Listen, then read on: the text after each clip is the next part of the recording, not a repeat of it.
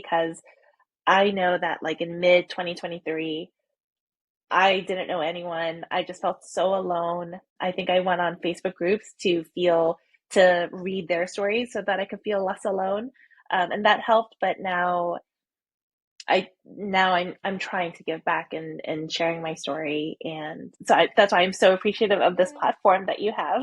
Yeah, and that's how mine started too. Just like that. We have a lot in common. When I got diagnosed, I'm an open book. Anybody who knows me knows that I'll talk about hard things and I'll go deep. I don't like shallow. It's a waste of time. So I want to talk about things that matter. And when I got diagnosed, I was like, all right, how am I going to handle this? Because I don't want to have a deep conversation every time I run into somebody at the store. Like if I'm at Publix and I'm bald and you're like, "Oh God, you're bald," and I don't want to cry over the produce. Yeah, So I yeah, was yeah, yeah. like, all right, Facebook, here's my story, and I was very open. Not too open. I mean, I did make a couple of videos, but kind of like, so very similar to you. People just started sending people to Yeah, me.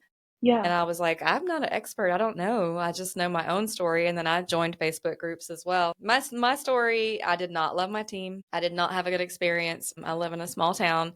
I think that has a lot to do with it. But I came out angry and even more alone, and Mm, isolated, I guess. So I really had to dig deep on like, okay, what can I do? And there's nothing more powerful than our stories. Honestly, that's what came of it because I was like, when I shared my story, that allowed other people to be like, well, I can share my story and I can feel heard and seen and connected and I'm not alone. And then when someone else gets diagnosed, instead of finding a empty internet, they'll find you guys, I love that. and your hopeful Yeah. stories and like your joy and how you fought back and all these beautiful